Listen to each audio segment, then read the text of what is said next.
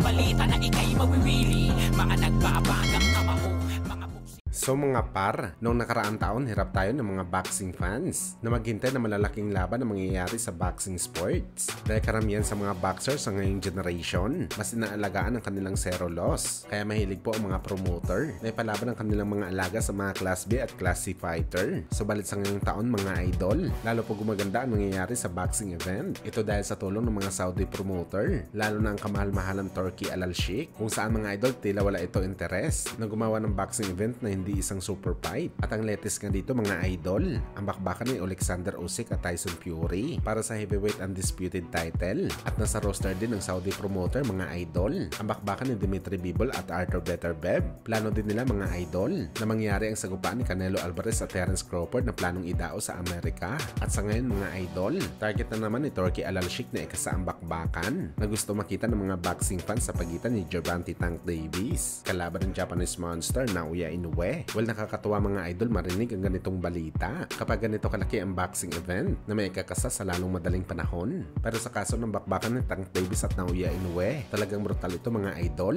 Parang gustong ipalaban ng Saudi promoter ang layon sa aso. Kagaya kasi sa mga sinabi natin mga idol, mismatch po ang bakbakan ng Japanese monster at ni Tank Davis. O makikita natin na malakas makipaglaban si Inoue at nag-e-expect tayo na lalaban ito sa mas mataas na level. Pero ang pinag-uusapan dito mga idol kalaban si Tank Davis. Okay lang sana mga idol kung pipitsugin o average na fighter sa lightweight ang makakalaban ni Inoue. Kaso si Tank Davis ito mga idol, isa sa mga nakakatakot na fighter sa boxing sports ngayon. Hindi naman natin sabi na maliit si Inoue mga idol. At sa totoo lang bilib tayo sa husay ng Hapon. Pero ibang usapan ng mga idol kalaban si Tank Davis. Imagine nyo na lang mga idol, kung si Luis Nerlin nagawang pabagsakin si Inoue gamit ang kanyang left hook, paano na lang kaya mga idol kung si Tank Davis ang makatama ng ganun kay Inoue? Palagay nyo ba mga idol magigising pa ang Japanese monster? Marami kasi mga idol ang nagkukumpara kay Inoue sa ating pambansang kamao Manny Pacquiao na umakyat ng timbang at sagupain ang malalakas na fighter, which is hindi talaga si Inoue, si Pacman. Iba ang guts ni Pacquiao mga idol. Kumbaga hiyang si Pacman ang lumaban sa malalakas at matatangkad na fighter at pinatunayan ito ng Pinoy. Simula sa flyweight hanggang umabot ito na maging kampiyon sa junior middleweight division.